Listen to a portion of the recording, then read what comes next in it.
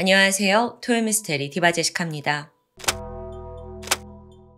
2018년 3월 15일 목요일 대만 신베이시안 인테리어 공장 책임자로 있던 이 씨가 초조하게 시계만 보고 있습니다. 자신의 밑에서 성실하게 일하던 여성 직원 37살의 예슈펑이 이틀째 말도 없이 출근하고 있지 않았기 때문인데요. 그녀는 지난 11년간 근속하는 동안 단 한 번 지각조차 하지 않을 정도로 성실함의 표본이었습니다. 그런 그녀가 이렇게 말도 없이 잠수를 탄다는 것 자체가 믿기 힘들어요. 지난 이틀간 기다리면서 수차례 전화도 했죠. 하지만 핸드폰은 무심하게 꺼져 있었는데요. 결국 이 씨는 혹시 사고가 났나 싶어서 비상연락망을 뒤졌고 예슈펑의 오빠 예지상에게 전화를 겁니다. 동료인데요. 동생분이 회사를 이틀간 안 나왔어요. 연락도 없고요. 그런데 이때 오빠의 반응이 상당히 퉁명스럽고 막 귀찮다는 식이에요. 걔요? 걔 마라톤 대회 나갔어요? 괜한 걱정 마세요. 뭘 그런 걸로 전화까지 해. 아니 남매가 평소 가깝지 않은 사이였다면 그럴 수도 있을 것 같아요. 어쨌든 하루를 더 기다렸고 3일째가 되는 날까지도 예슈펑은 모습을 드러내지 않았죠. 근데 이 씨가 곰곰이 생각할수록 좀 상황이 석연치 않습니다. 일전에 예슈펑이 지나가듯이 마라톤 대회에 관심 있다 언급한 적이 있어요. 그런데 보통 마라톤은 평일이 아니라 주말에 열리지 않나요? 게다가 대회 나간다고 회사에 3일씩이나 빠지는 게 어딨냐고요.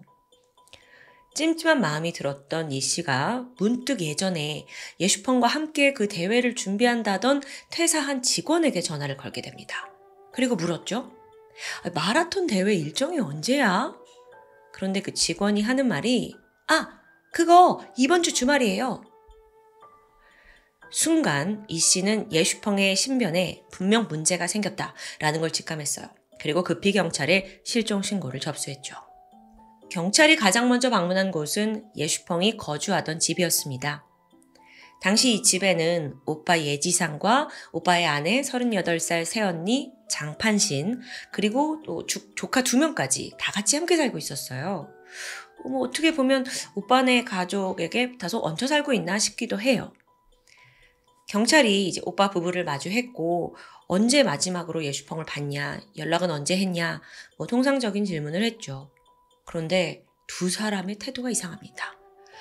지금 이거 가족이 실종된 사건이잖아요. 근데 시종일관 별다른 표정 변화 없이 아니요 이렇게 그냥 로봇처럼 대답만 하는 거예요. 이때 경찰들은 이 부부가 이 실종과 관련이 있구나 라는 의심이 들 수밖에 없었어요. 그래서 그러면 예슈펑의 방을 좀 확인해보자 하는데 이때 부부가 크게 동요합니다. 특히 새언니 장판신이 그 문이 잠겼는데 지금 열쇠가 없어요. 이런 핑계를 대는 거예요. 수상함만 키우고 있죠. 그래서 경찰이 그래요? 열쇠 수리공 불러가지고 방을 강제로 개방하게 되는데요. 그 안에는 정말 기괴한 모습이 펼쳐져 있었습니다. 2평도 되지 않은 작은 방이었는데 곳곳에 향초가 켜져 있어요. 게다가 이 벽을 에워싸듯 부적이 덕지덕지 붙어 있는 거예요. 마치 무당집처럼요. 이게 다가 아닙니다. 방 한켠에서 제습기가 윙윙 돌아가고 있고 생각해보면 앞서 향초의 제습기까지 뭔가 냄새를 빼려는 의도가 보이죠. 그런데 여러분, 이 음산한 방에서 경찰이 가장 주목한 건 따로 있습니다. 바로 침대예요.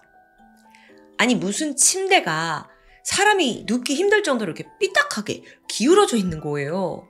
그래서 이게 왜 이런가 싶어서 보니까 침대 왼쪽 아래에 이상할 정도로 많은 옷가지가 쌓여 있더라고요. 마치 무언가를 덮는 듯한 모습. 그래서 경찰이 즉각 침대 빼내서 그 옷가지를 걷어냈죠.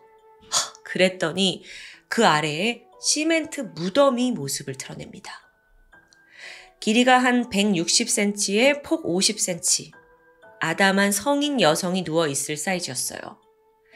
이쯤 되니까 경찰도 시신이 매장되어 있구나라는 걸 감지했죠. 잠시 후 시멘트 해체 작업을 위해 기술자들이 몰려들었습니다. 이 밑에 있는 시신을 훼손하지 않고 꺼내려면 최소한의 드릴과 망치로 조금씩 깨야 해요. 그렇지 않으면 이제 시신이 어떻게 될지 모르니까요. 그 작업은 당연히 더디게 걸릴 수밖에 없었죠. 그렇게 무려 5일이 지나고 나서야 시멘트 밑에서 이불에 돌돌 말린 시신이 드러납니다. 그런데 경찰이 이 과정에서 더 충격적인 사실 하나를 경험하게 돼요. 뭐였냐면, 아니, 5일간 계속 지금 작업을 하고 있잖아요. 이 집에서. 근데 그 같은 공간에 있는 부부가 놀라는 기색이 없어요. 그리고 심지어 태연이 와가지고 뭐하나, 어디까지 했나, 막 구경을 하고요. 또 한쪽에서 밥도 먹습니다. 태연하게. 아니 얘네들이 범인이라도 경찰이 다 있는데 이럴 수 있나 싶은데 또 범인이 아니라면 아니 친동생 찾는 일에 이렇게까지 나몰라라 할 수 있을까요? 너무 매정하죠. 여기서 잠시 예슈펑에 대해서 좀 알아보자면 그녀는 사건이 발생한 이 집에서 어린 시절부터 30년 이상 부모님과 함께 살아왔습니다. 형편이 좀 넉넉지 못했어요. 또 부모님은 연로하셨고요. 그래서 18살 때 이제 학교 졸업하자마자 취업을 했고 이후 이 집에 있는 주택담보대출을 대신 갚아왔었죠. 또 경제력 없는 오빠를 대신해서 생활비 대부분을 책임졌습니다. 그러니까 거의 이 가족의 생계를 떠받치는 실질적인 가장이었던 거예요. 좀 더 알아보니까 오빠 예지상이 결혼한 뒤부터는 오빠네 부부와 조카들의 생활비까지 일부 떠안았다고 해요. 자, 그런데 그녀가 이제 부모님이 다 돌아가시고도 이 집에 남은 이유는요. 그동안 너무 힘들게 계속 돈을 갚았잖아요. 그 은행빚이 너무 늘어난 거예요. 이런 상황에 결혼을 해서 독립을 할 수 없었고요. 다시 현재로 돌아와서 시신을 걷어서 부검을 합니다. 명백한 타살의 흔적이 드러났죠. 일단 머리는 무거운 둔기의 가격을 당해서 두개골이 부서졌고요. 얼굴은 형체를 알아볼 수 없을 정도로 변형되어 있습니다. 또 목에는 끈에 졸린 듯한 멍자국도 남아 있었죠. 가장 결정적인 사인은 폐와 기도에 고여있던 물이었습니다. 즉 익사로 사망한 건데요. 참고로 익사는요, 물이 기도로 들어가잖아요. 그럼 그게 결국 산소 공급을 차단하게 해서 사망에 이르게 만듭니다. 그러니까 보통 많은 분들이 깊은 물에 빠져야만 익사를 당하는 거 아니냐라고 생각하실 수 있지만 이 호흡기가 잠길 정도의 액체만 있다면 어디서든 가능하다고 해요. 예를 들어서 세면대나 욕조, 변기에서도요. 부검 결과 추가적으로 예슈펑의 어깨와 척추에서도 미세 골절이 보였습니다. 이 상처들만 보더라도 범인이 피해자에 대한 강한 적개심을 가지고 공격을 했다는 게 확실했죠. 그렇게 가장 먼저 용의선상에 오른 건 당연히도 오빠 예지상과 새언니 장판신이었습니다. 그런데 경찰의 수사가 시작되기 무섭게 제보가 빗발쳐요. 이게 다 예슈펑의 지인, 친구들이었는데 모두가 한 사람을 지목했죠. 그게 바로 새언니 장판신입니다. 둘이 아주 수년간 사이가 좋지 않았다고 해요. 특히나 어머니가 사망한 후에 갈등은 극에 달했고요. 한 친구가 증거를 이제 들이밀었어요. 실종 3일 전인 3월 11일 날 예슈펑과 나눈 대화였는데 이 문자가 상당히 충격적이었죠. 새언니한테 폭행당해서 손과 어깨에 피멍이 들었다. 허리도 삐끗해서 빨리 병원에 가봐야 할 것 같다라는 내용입니다. 근데 생각나세요? 아까 부검 결과에서 시신의 어깨와 척추에 미세 골절이 있었잖아요.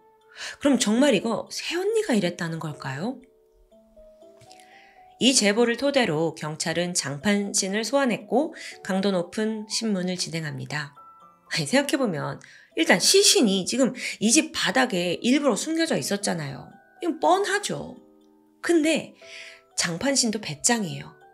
자기는 아무것도 모른대요. 그냥 집에 안 들어온 줄 알았대요. 이런 반응에 경찰로서도 더 결정적인 증거가 필요했습니다. 그러던 중에 인근 CCTV를 통해서 장판신이 시멘트를 대거 옮기는 장면을 확보해요. 시멘트와 관련성이 나온 거죠. 또한 집 안에서 시멘트 구매한 영수증이 추가로 발견됐고요. 들이밀었어요, 장판신한테. 근데 장판신은 난 몰라. 아랑곳하지 않는 거예요. 아무 관련 없어 하면서 어느 순간 입을 싹 다물어 버렸고요. 이렇게 되자 경찰도 난감합니다. CCTV 영상이 있긴 하지만 이건 시신 매장을 도운 증거가 될 수 있어요. 하지만 그렇다고 막상 살인을 했다는 증거가 될 수는 없습니다. 자, 그렇다면 이 집에는 장판신뿐만 아니라 오빠 예지상도 함께 살고 있었죠. 둘 중에 한 명이 범인일 텐데 만약 진범을 제대로 입증하지 못하면 결국 두 사람 모두 무죄로 풀려날 가능성이 높습니다. 여기서 경찰은 작전을 바꾸게 돼요. 모성애를 자극하기로 한 건데요. 장판신에게 가서 자식들 이야기를 꺼내놓기 시작해요. 어떤 식이었냐면 만약 당신이 진실을 털어놓고 자백을 하면 감형의 여지가 있다. 그럼 아이들도 빨리 볼 수 있고 너무 좋지 않냐. 근데 네가 여기서 이렇게 버티면 평생 보지 못할 거다. 너 어떡할래? 막 이런 회유, 협박, 그녀를 막 구슬리던 참이었는데 장판신이 돌연 대성통곡합니다. 막 눈물을 멈추지 않아요. 그러다가 좀 정신을 차리고 심호흡을 한 뒤에 충격적인 이야기를 꺼내놓기 시작했죠. 사실요, 제 시누이는요, 제 남편이랑 섹스 파트너였어요. 에? 이 말만 들어도 너무 충격적인 일이에요. 근데 장판신이 목에 핏대를 세우면서 이 시누이 예슈펑이 술을 마시고 집에 들어오면 오빠를 유혹해서 둘이 자기 몰래 관계를 가졌대요. 그런 걸 자기가 3번이나 목격했다고 주장했죠. 심지어 이 잠자리의 대가로 돈도 오갔다고 합니다. 게다가 이미 자기네 부부가 결혼하기 전부터 이런 관계가 있었다는 걸 확신하고 있어요. 그만큼 남편과 시댁 식구들에 대한 적개심이 가득했죠. 실제로 핸드폰 사진첩을 열어보게 되거든요. 그랬더니 아이들과 찍은 사진이 가득합니다. 근데 남편 사진은 단 한 장도 없더라고요. 여기서 조금 더 이 가족의 상황을 살펴보자면 일단 이들이 살고 있는 집은 돌아가신 시어머니가 남긴 유산이었습니다. 근데 장판신 생각에는 남편은 장남이고 당연히 우린 부부니까 우리의 소유지라고 생각한 거예요. 그간 동생 예슈펑이 어떤 희생을 했는지는 싸그리 무시했고요. 그런데도 예슈펑이 이 집을 떠나지 않고 살아? 저 기생충 아니야? 빌부터 산다고 여겼습니다. 그리고 그 이유조차 오빠와의 성관계 때문이라고 믿었죠. 사실 그녀가 시동생을 괴롭힌 건 하루 이틀이 아니에요. 이 친오빠와의 부적절한 관계라는 믿음에서 온갖 방법으로 예슈펑을 못 살게 굴었어요. 예슈펑은 이제 직장 생활을 하니까 잘 때 자고 또 아침에 일어나야 되잖아요. 근데 밤에 이제 자러 들어가면 장판신이 일부러 막 방문 3개 쾅 닫아버리고 냉장고 변기 뚜껑까지 쾅 닫으면서 수면을 방해합니다. 또 거실에서 밤새도록 TV 틀어놓고 막 크게 틀어놓고 막 깔깔깔깔 거리고 웃기도 하고요. 워낙 예슈펑이 이제 성격이 좀 온순하고 착해서 처음에는 잘 참았어요. 근데 잠을 못 자겠는 거야. 상황이 악화되니까 결국 자신만의 소심한 방식으로 불만을 표출해요. 냉장고에다가 문 좀 살살 닫아주세요 라는 쪽지를 붙였거든요. 이걸 본 장판신이 분노합니다. 이 집의 주인이 난데 저 더럽고 문란한 기생충한테 내가 무시당했구나 라고 여기는 거예요. 두 사람의 갈등은 점점 깊어져 갔죠. 그게 처음에는 말다툼 정도였지만 점점 몸싸움으로 번지는데 거의 장판신의 일방적인 폭행에 가까웠습니다. 막 화나면 풀릴 때까지 막 주먹질, 발길질 하고요. 거칠게 물건을 집어던지는 일도 흔했습니다. 이걸 어떻게 다 당하고 살아요. 그러다 보니 예슈펑의 몸에 온갖 멍과 상처가 없어지는 날이 없었죠. 결국 3월 11일입니다. 참다 못한 예슈펑이 장판신의 친정에다가 전화를 걸어요. 그러면서 여태까지 자기가 당한 일을 막 폭로하면서 항의를 했죠. 아무래도 예슈펑은 지금 자기 친부모님들이 안 계시잖아요. 그러니까 주변에 뭔가 좀 나이가 있는 어른들이 이야기를 들으면 나를 지켜주지 않을까 생각했던 것 같아요. 그런데 이 소식이 당연히 장판신에게 들어가겠죠? 그녀는 더욱더 화가 났어요. 왜냐하면 이걸 어떻게 해석하냐면 이 애가 지금 내 친정까지 무시하고 모욕하는 거 아니야? 네가 어디 감히 우리 친정에 전화를 해? 비치고 팔짝 뜁니다. 그날 오후 장판신은 씩씩거리면서 예슈펑을 거칠게 넘어뜨렸어요. 그때 예슈펑의 왼쪽 어깨에 금이 갑니다. 이어서 쓰러진 그녀를 발로 짓밟고 보이는 대로 폭행했죠. 이래도 분이 풀리지 않았는지 잠시 후에 장판신은 내가 칼로 막 너를 다 갈기갈기 찢어 죽일 거다. 그렇게 날뛰고 있었어요. 진짜 곧 무슨 일이 날 것 같았죠? 그런데 순간 문이 열리면서 엄마 저희 왔어요. 아이들이 집에 들어온 거예요. 애들 앞에서 지금 신우이를 때릴 수 없잖아요. 상황은 일단락됩니다.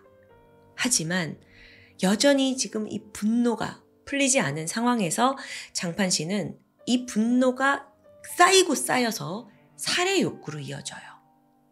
그리고 그날부로 3일간 때를 기다리면서 집에 단둘이 있기만을 기다렸죠. 3월 14일 아침 8시입니다. 드디어 남편과 아이들이 모두 외출했고 이 집에는 장판신과 예슈펑만 남아 있었어요. 예슈펑은 당시 출근을 하려고 샤워를 하던 중이었는데 장판신 이제 딱 마음 먹습니다. 마음을 죽이기로 단단히 마음 먹었어요. 그래서 예슈펑이 샤워를 끝내고 나오자마자 머리채를 잡고 그냥 바닥에 내동댕이 칩니다. 그리고 등에 올라가더니 준비한 테이프로 목을 조르려고 했어요. 근데 이게 당시에 머리카락이 샤워하고 막 나와가지고 많이 젖어 있었잖아요. 그러니까 테이프가 막 미끄러지는 거예요. 그러자 장판신은 재빨리 다른 방법을 선택했습니다. 보니까 옆에 5kg짜리 아령이 있었어요. 이걸 집어 들더니 그대로 머리에 내리쳤죠. 이런 공격을 받은 예슈펑은 정말 살기 위해서 내가 잘못했다, 미안하다 막 애원을 했지만 장판신에게는 그녀가 죽어야만 끝나는 상황입니다. 아령으로 공격을 계속했고요. 결국 피가 막 거실 바닥에 흩뿌려졌어요. 어느 순간 예슈펑은 더 이상 미동이 느껴지지 않았죠. 이때 장판신은 개운하다는 듯이 일어나더니 콧노래를 부르면서 욕실로 갑니다. 이제 수건 가져와가지고 피 닦아내고 시신을 유기할 생각이었어요. 그런데 순간 뒤에서 희미한 신음소리가 나요. 하면서요. 예슈펑이 아직 살아있었던 거죠. 장판신이 욕실에서 급히 수건 하나를 꺼내오더니 다시 한번 이걸로 예슈펑의 목을 잡아채요. 그리고 그 채로 화장실로 끌고 갔고요. 세면대에 머리를 쳐박습니다. 이어 예슈펑은 팔을 몇 번 휘젓긴 했지만 1분 정도 지나자 결국 몸이 축 늘어집니다. 그렇게 그녀는 새언니의 손에 끔찍한 최후를 맞이하고 말았죠.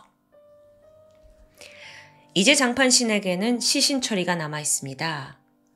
한참을 고민하고 있었는데 순간 몇 년 전에 본 홍콩 영화 한 편이 떠올랐어요. 돈 문제로 이웃끼리 싸우다가 한 명을 죽이고 집 안에다가 시멘트로 매장하는 내용이었거든요. 나도 그렇게 하면 되잖아. 곧장 생활용품점에 가서 1kg짜리 시멘트 10포대를 구매해요. 그리고 예슈펑의 방으로 시신을 끌고 가서 눕혀놓고 그 위에다가 그냥 시멘트를 부어서 덮은 거예요. 근데 예상과 다르게 시멘트 10kg으로는 몸을 다 덮기에 너무도 부족했습니다. 이거 다 안 되겠구나. 일단 방문 닫아놓고요. 이후 그녀는 이틀간 2차례에 걸쳐 20포대의 시멘트를 추가로 구매합니다. 그리고 이제 아이들과 남편이 다 집에 없는 시간을 이용해서 계속 시멘트 작업을 한 거예요. 그게 3일간 이어졌고요. 어느덧 방 한 칸에 시멘트 무덤이 만들어진 거죠. 이게 다 굳으니까 그 위에 대충 그냥 옷으로 숨겨두고 침대를 올려놨고요.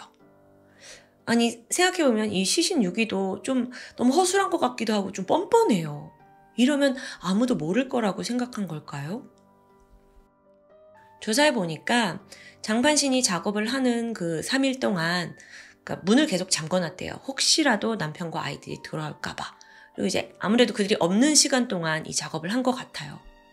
또 추가로 혹시나 시신이 부패하면서 냄새가 흘러갈까봐 이제 향초, 방향제, 제습기 틀어놓은 거죠. 또 동시에요. 지금 자기 집에 방 한 칸에 시신이 묻혀있는 상황이잖아요. 이 시신이 혹시 이 귀신이 우리 집에 불운을 가져오지 않을까 싶어가지고 벽에다가 부적을 그렇게 붙여놨던 겁니다. 와, 듣기만 해도 소름 끼치는 이 자백을 장판 씨는 경찰 앞에서 표정의 변화 하나 없이 그냥 술술 이어갔다고 해요. 그런 좀 얼굴이 기괴하게까지 했대요. 근데 더 충격적인 점은 그녀의 가장 중요한 살인 동기가 뭐였죠? 남편과 시동생의 어떤 부적절한 관계. 근데 이 모든 게 그녀의 편집증에서 비롯된 망상이었다는 점입니다. 자, 여기서 잠깐 이 남매에 대해서 알아보고 갈게요. 예지상, 예슈펑. 이 사람들을 좀 한마디로 표현하자면 여동생은 책임감이 강한 편이었고 오빠는 약간 숟가락 얹기 좋아하는 편이었어요.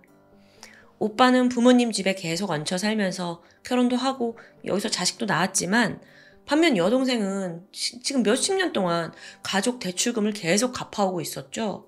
빚도 많아요. 결혼도 못했고요. 그러다가 어머니가 돌아가시면서 분위기가 이상하게 흘러갑니다. 마치 이게 오빠네 집이 된 것 같고 자기는 얹혀 사는 듯한 분위기가 이제 만들어지는 거예요. 게다가 새언니는 또 엉뚱하게도 이 남매의 근친상간을 의심하는 상황이었습니다. 이걸 알고 있던 예지상, 그러니까 오빠 예지상은요.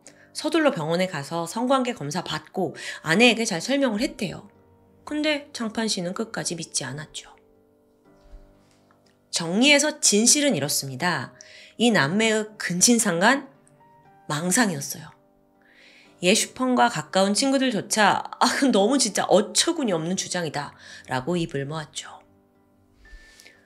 아니 그렇다면 장판 씨는 왜 이렇게 말도 안 되는 망상에 빠진 걸까요? 좀 보니까 사실 그녀는 예지상과 재혼을 한 관계예요. 이전의 결혼 생활에서 전 남편이 외도를 했고 여기에서 큰 충격과 이제 고통을 받았습니다. 그래서 전문가들에 따르면 그 과거의 경험으로 인해 장판신이 오셀로 증후군을 앓게 된 게 아니냐라고 분석을 하는데요.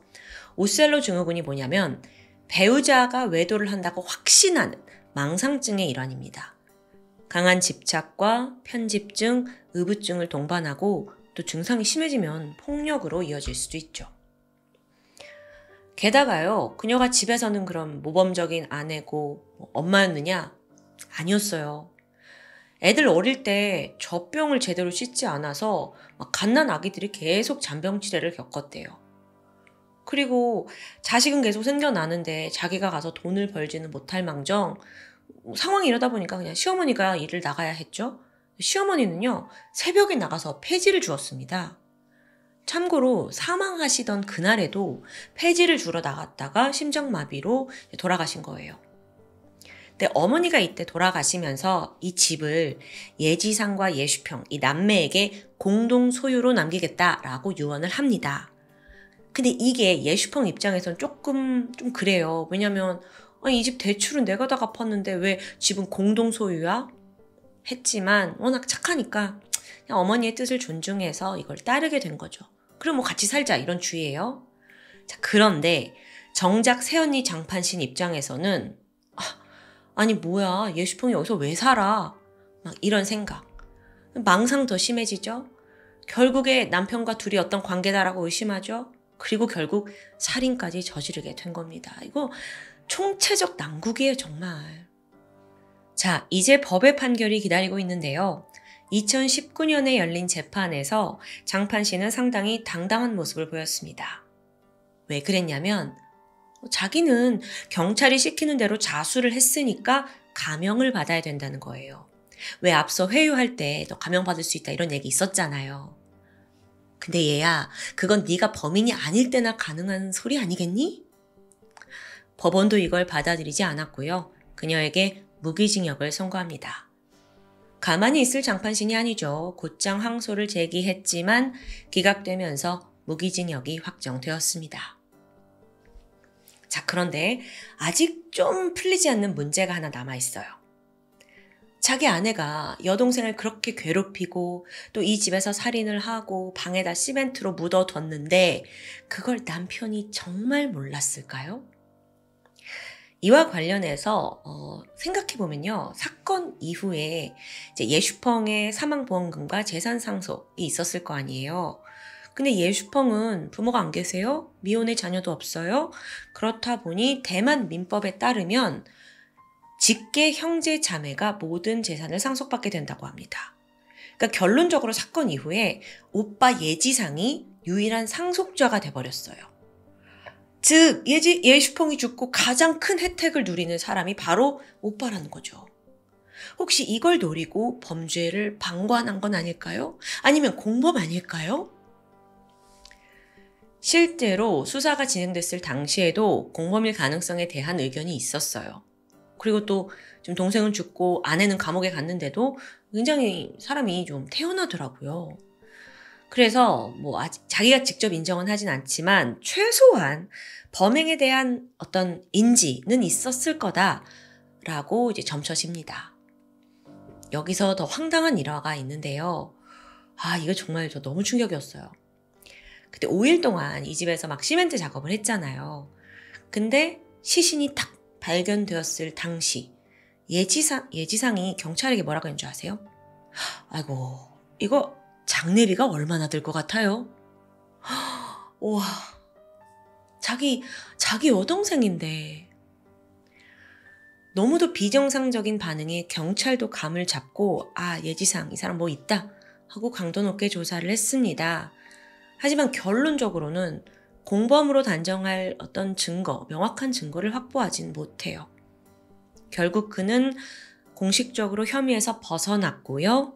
예슈펑의 재산 일체가 법적으로 예지상에게 귀속됩니다. 오늘 사건 너무 좀 가슴 아팠어요. 피해자 예슈펑이요, 가족들을 위해 평생을 헌신했습니다. 부모가 남긴 대출 갚느라 정말 하루도 빠지지 않고 회사를 나갔잖아요. 또 생활비도 책임졌어요. 자기는 제대로 된 가정도 갖지 못했습니다. 근데 결국 그 끝은 새언니의 말도 안 되는 망상으로 인해서 근친상간이라는 오명을 쓰고 살해까지 당하는 비극으로 마무리되고 말았죠. 그래서인지 그녀가 살아온 삶과 희생이 더 안타깝게 느껴진 것 같아요. 여러분은 어떠셨나요? 뒤늦게 하늘에서라도 평안을 찾았길 바랍니다. 지금까지 토요미스테리 디바제시카였습니다. 안녕하세요. 토요미스테리 디바제시카입니다. 2018년 3월 9일 일본 이바라키현 경찰서. 제 남편이 집을 나가서 돌아오질 않아요. 휴대폰도 그대로 두고 나갔거든요. 저랑 며칠 전에 크게 말다툼을 하긴 했는데. 연락이 두절된 사람은 33살의 남성 우지이의 노보루 씨였습니다. 아내와 수년간 결혼을 이어오고 있고 또 그들 사이엔 3명의 자녀도 두고 있어요. 우선 경찰은 그가 성인이기도 하고 또 부부싸움 후에 집을 나갔다라는 점에서 단순 가출이라고 추정합니다. 근데 이어서 아내가 한마디 하죠. 회사에도 출근을 안 했는걸요? 우선은 그래도 다 큰 어른이니까 좀 더 기다려보자고 권했고 그렇게 무려 4개월이나 흐르게 되죠. 그러던 7월 18일 이바라키현 가스미가우라시의 한 가정집에 아침부터 경찰들이 들이닥칩니다. 그곳은 다름 아닌 몇 달 전 실종된 남성 우지의 노보루 씨가 살던 집이에요. 문을 열어준 사람은 아내 우지의 미호였습니다. 드디어 남편을 찾기라도 한 걸까요? 약간 어리둥절한 표정의 아내 미호가 무슨 상황인지 파악도 하기 전에 경찰이 물었죠. 남편 어디 있습니까? 우리 다 알고 왔어요. 경찰의 태도는 생각보다 강경했습니다. 그리고 여기서 그 미호의 눈빛이 순간 흔들려요.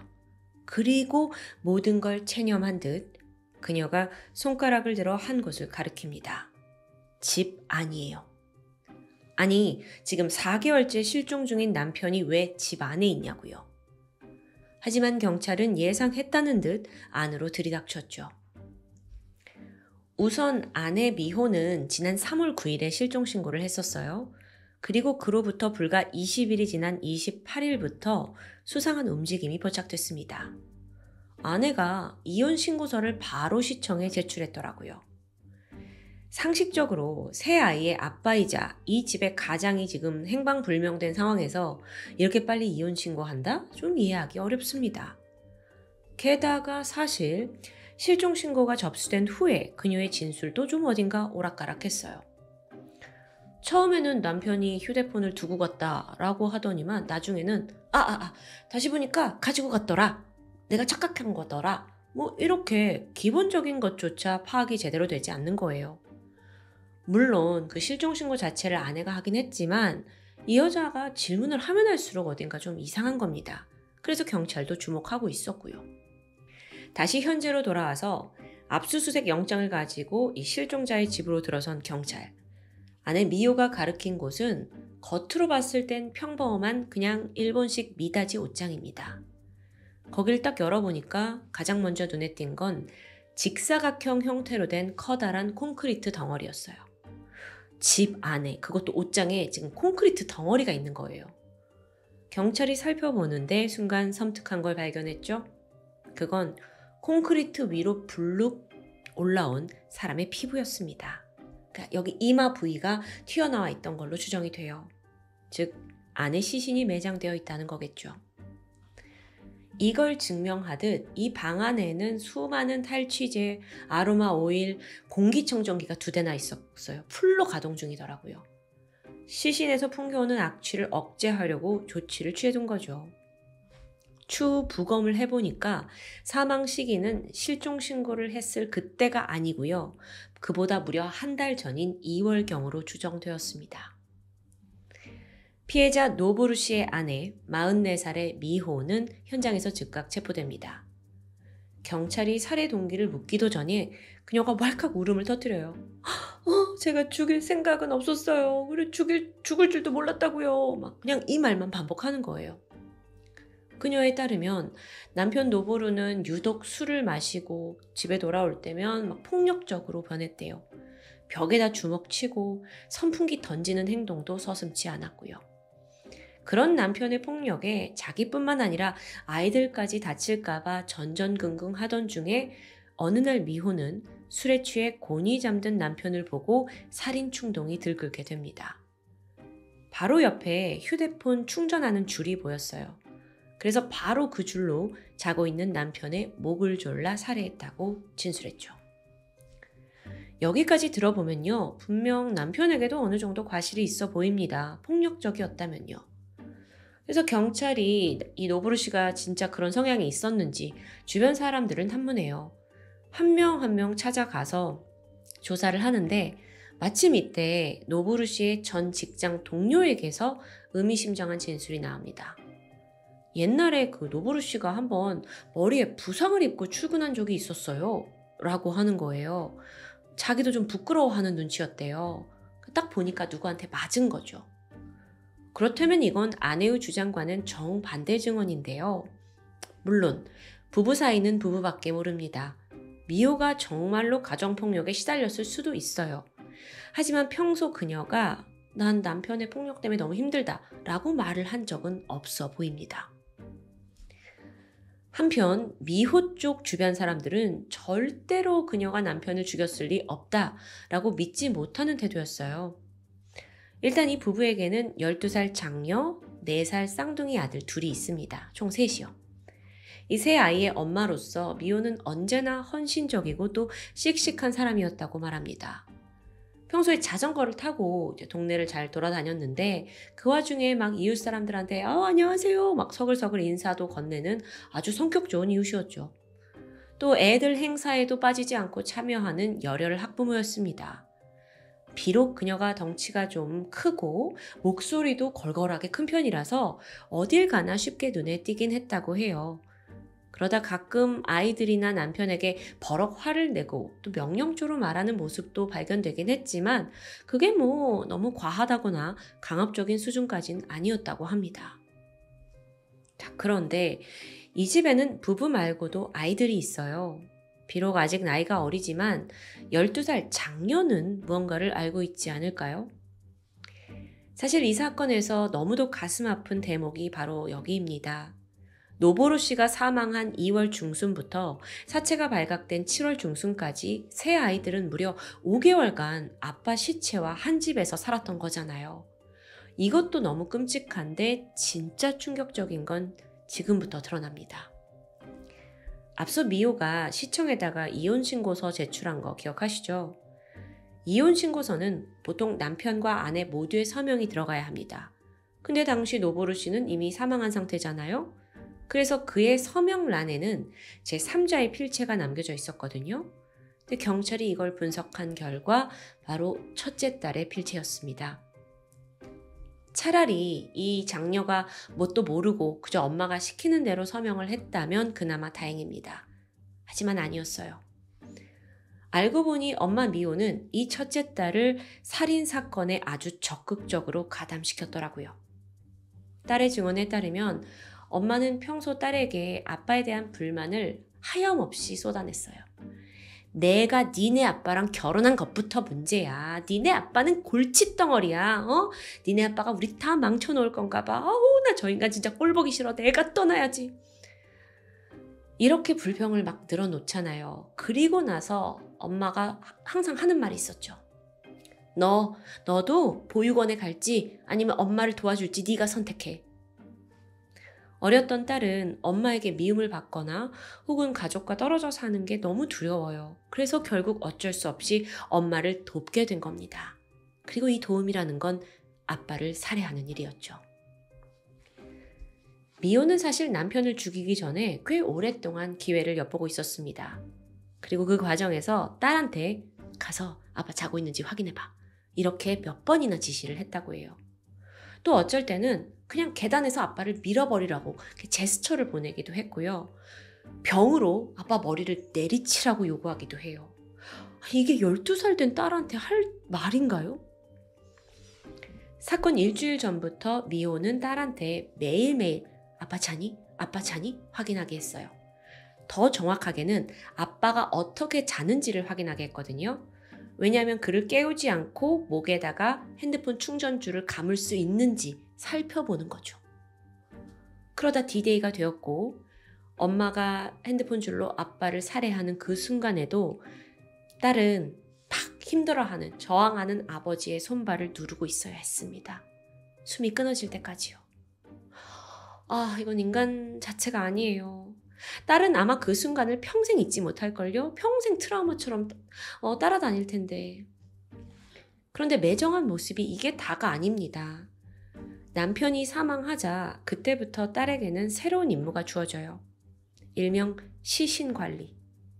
그 옷장에 둔 시신에서 계속 악취가 풍기잖아요. 그러면 딸이 중간중간 냄새 맡으면서 더 심해졌네? 확인하고 공기청정기 돌리고 더 세게 돌리고 제습제 사다 놓고 이 일을 딸이 맡아서 했던 거예요. 추후에 장녀가 이 모든 걸 경찰에 털어놓게 되거든요. 근데 이때 남긴 말들도 너무 가슴이 아픕니다.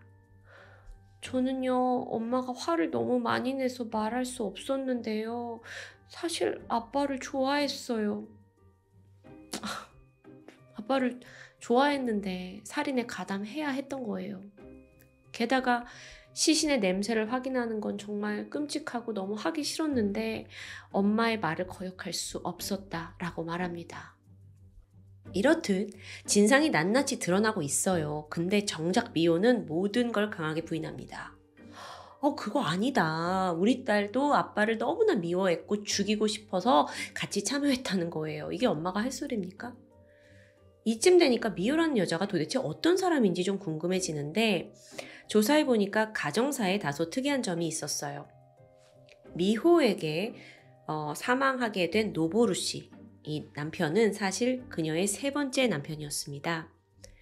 첫 번째 결혼은 17살 때였는데 동갑내기 남자친구 사이에서 덜컥 임신을 하면서 결혼식을 하게 돼요. 근데 이듬해 이혼을 했고 그러다가 이제 성인이 돼서 22살 때 두 번째 결혼을 하게 되죠. 미호의 두 번째 전 남편 A씨는 중학교 시절 선후배 사이였습니다. 성인이 돼서 우연히 만나서 이제 사귀게 된 건데 당시 남자 쪽 부모님은 미호와 교제, 결혼 다 반대했어요. 그게 단지 미호가 어렸을 적 이혼을 한 전적이 있다 때문만이 아니었거든요. 왜냐면 사실 이 둘이 중학교 동창이라고 했잖아요. 그러니까 이 부모님은 어릴 적부터 미호라는 애가 어떤 애인지 너무도 잘 알고 있었기 때문입니다. 미호는 소위 학교에서 날라리 양아치였습니다. 학교 빼먹고 매일 동네 골목에 죽치고 앉아가지고 담배 피고 시간을 보내요. 애들 돈 뺏고 또 나이답지 않게 막 진하게 화장을 하고 다녀서 어른들이 눈살을 찌푸린 적이 한두 번이 아니죠.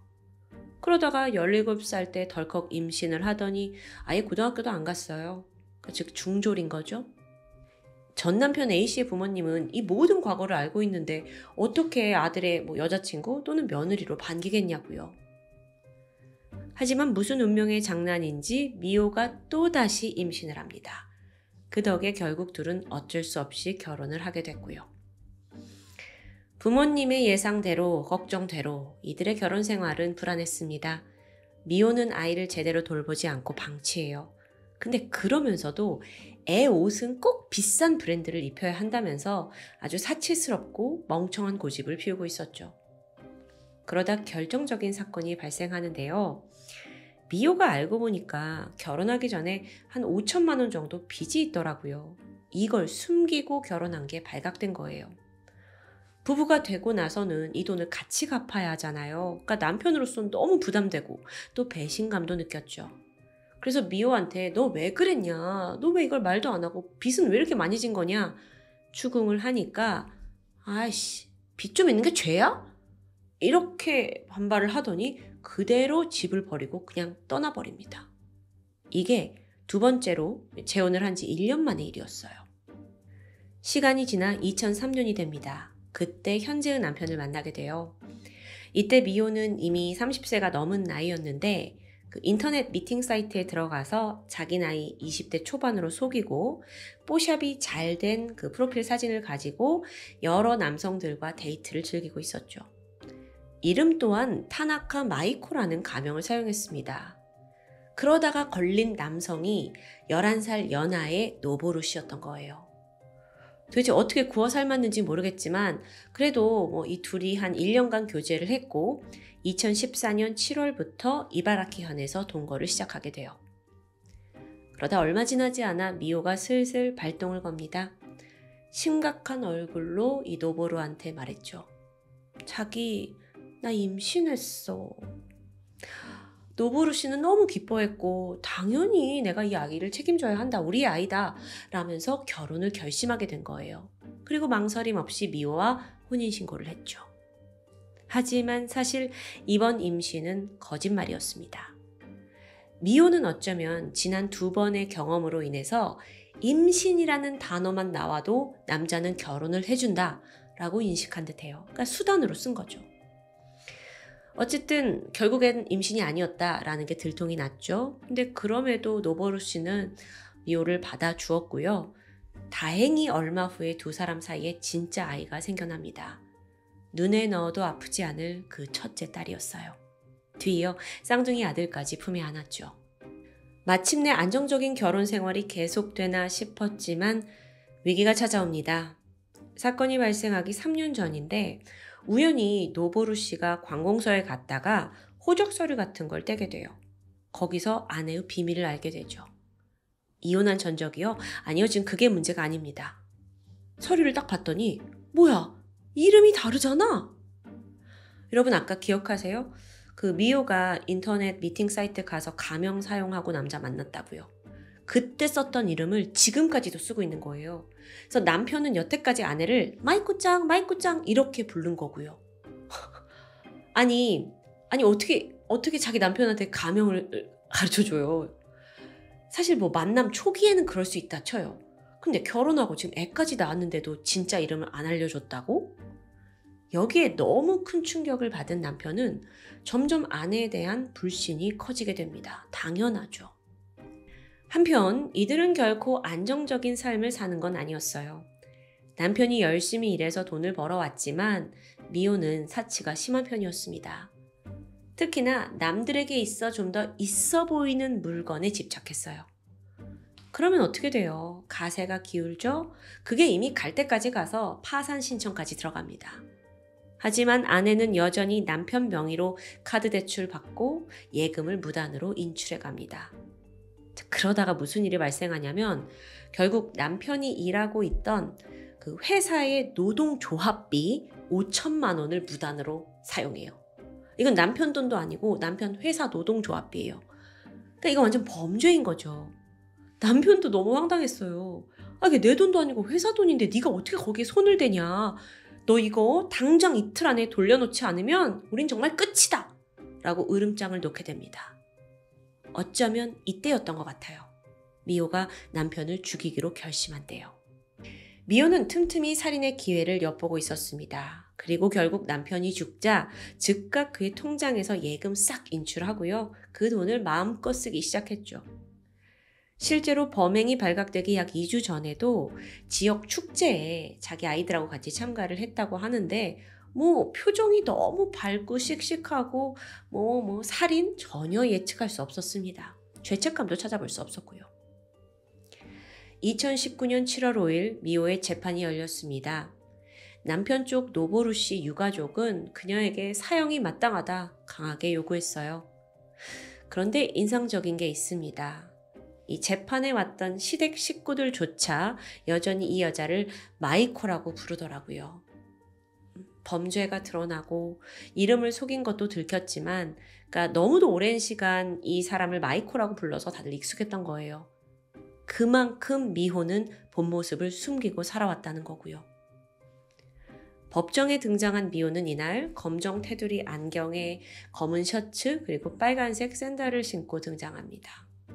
여기서 빨간색 샌들은 좀 안 어울리는 것 같은데 어쨌든 그녀가 막 울먹거리면서 입을 열어요. 제가 정말 후회하고 있어요. 특히 제 딸과 남편 부모님에게 사과하고 싶습니다. 그녀는 남편의 삶을 빼앗고 딸에게 마음의 상처를 입혀서 후회한다 라고 절절하게 감정을 담아서 호소하는 듯 했죠. 거기에 마음이 움직일 뻔도 했는데 이 말을 다 끝내고 갑자기 자기 자리에 앉아서 얼마 안 가 충격적인 모습을 보입니다. 딱 앉더니 조금 있다가 막 피곤하다는 듯 하품을 하는 거예요. 이 모습에 다들 경악했죠. 재판장은 그런 미호를 엄중하게 대했습니다. 피고는 사치와 빚을 반복하면서 피해자를 배반했다. 또한 어린 딸을 협박해서 사건에 휘말리게 하는 범행은 매우 악질적이고 비난받을 만하다. 그렇게 미호에게 내려진 형벌은 징역 23년형이었습니다. 판결까지 모두 끝이 났지만 여전히 해당 사건에는 몇 가지 의문이 존재합니다. 특히나 일본 네티즌들 사이에서 가장 의심되는 건 공범의 존재예요. 보세요. 시멘트에 시신 넣고 콘크리트째 보관했다는 것 자체가 일반적이진 않잖아요. 근데 과연 이 모든 일을 그녀가 홀로 했을 수 있을까? 홀로가 아니라면 12살 된 딸만 데리고 이 일을 할 수 있었을까? 이게 이제 쉽게 이해가 가지 않는 거죠. 또한 미호가 사망한 남편과의 이혼을 서두른 이유도 제대로 밝혀지지 않았습니다. 혹시 빨리 이 세 번째 결혼을 청산하고 또 다른 먹잇감을 찾아 네 번째 결혼을 노린 건 아닐까라는 의견도 있었어요. 어쨌든 확실한 건 그녀가 너무도 자기중심적이고 이기적이고 악질적이라는 점입니다. 말 그대로 이건 답을 찾을 수 없는 노답이에요. 마지막으로 무엇보다 엄마를 잘못 만난 죄로 어린 나이에 씻을 수 없는 상처를 입게 된 장녀, 그리고 남은 아이들까지. 그들이 참 안타깝다는 생각이 드는데요. 이제는 그 지옥을 벗어나서 안전한 곳에서 건강하게 자랄 수 있길 바랍니다. 지금까지 토요미스테리 디바제시카였습니다.